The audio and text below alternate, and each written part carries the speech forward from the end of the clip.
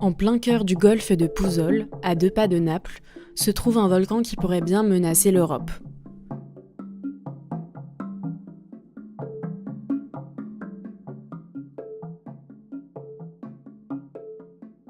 Les champs flégréens, qui signifient champ brûlant, n'ont rien d'un volcan ordinaire, puisque si son sommet se trouve hors de l'eau, la majeure partie est recouverte par la mer Tyrrhénienne.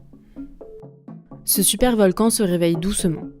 Le 14 avril dernier, un essaim d'environ 70 tremblements de terre a frappé la région. Heureusement, la magnitude maximale atteinte n'était que de 3,7 sur l'échelle de Richter et aucun dégât n'a été occasionné.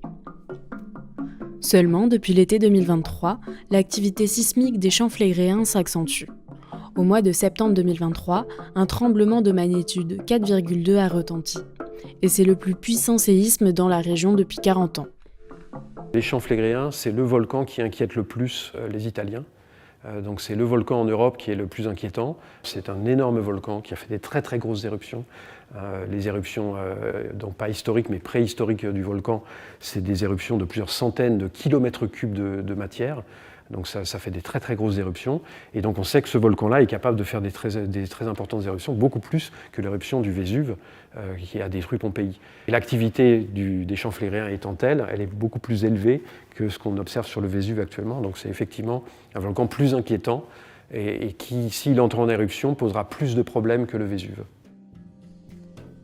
La caldeira d'un volcan correspond à l'effondrement de son sommet dû à des éruptions intenses et rapides.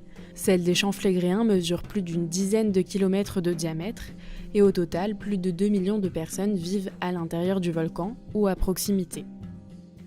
Il faut savoir que les champs flégréens, c'est un des seuls volcans aussi où on a toute une ville qui est installée à l'intérieur du volcan.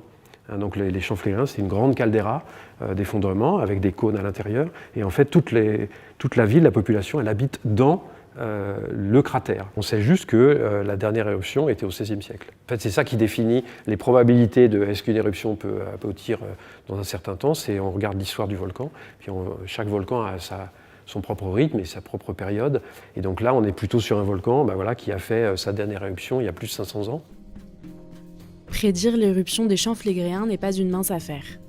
Pour cela, des sismomètres mesurent les vibrations du sol.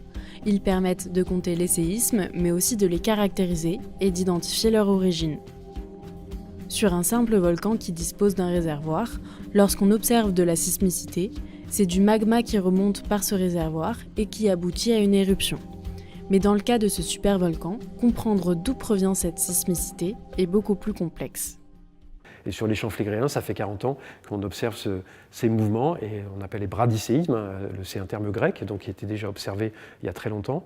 Et donc ces phénomènes-là n'aboutissent pas forcément à une éruption. Donc en fait, on ne sait pas, mais on sait que ça s'est déjà produit par le passé et ça n'a pas abouti à des éruptions. Donc quelque part, on a quand même une certitude que ce n'est pas un modèle simple de remontée de magma et que c'est peut-être simplement une dynamique du volcan, des mouvements de fluide, mais pas forcément une remontée simple de magma qui aboutit à une éruption. Pour le moment, la probabilité d'une éruption volcanique est faible, et d'après les sismologues, rien n'indique que le magma soit en train de remonter. Mais les champs flégréens entreront tôt ou tard en éruption de nouveau. Et c'est pourquoi le gouvernement italien prépare des plans d'évacuation pour des dizaines de milliers de personnes.